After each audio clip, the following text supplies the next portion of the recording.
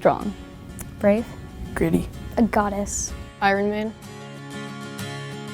A 4-kilometer swim, then you do a 180-kilometer bike ride, and then you run a marathon, so that's 42 kilometers. I started last year around this time, and it ends up being about 20 hours of training a week that I was able to put in on either end of my days for school. So speaking from being a female athlete, I think being at that race, being at the World Championships, they actually told us that the percentage of female athletes were we only made up 26%, which is crazy when you think of how many females are, around doing sports. So, or not.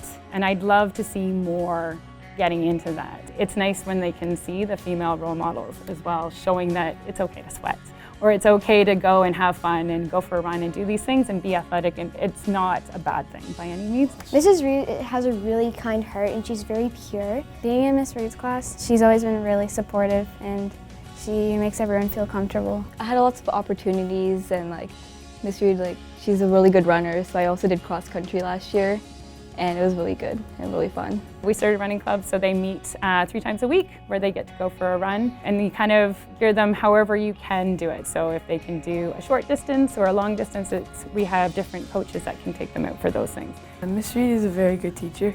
She has taught me for 3 years now, in grade 4, grade 6, and grade 7.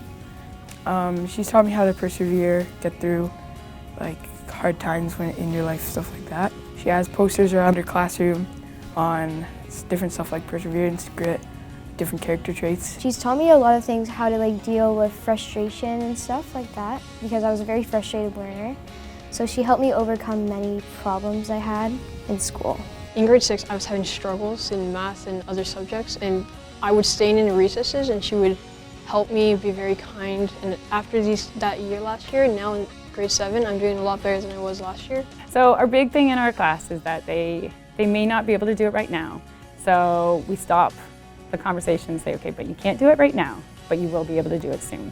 So we try to readjust the attitude and try to keep going and try that next step again. So we work a lot on making sure that we use all our time.